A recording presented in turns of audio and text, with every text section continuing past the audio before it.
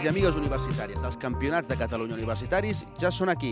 En la jornada inaugural d'ahir, el bàsquet masculí va ser el protagonista aquí, al complex esportiu municipal de l'Hospitalet Nord.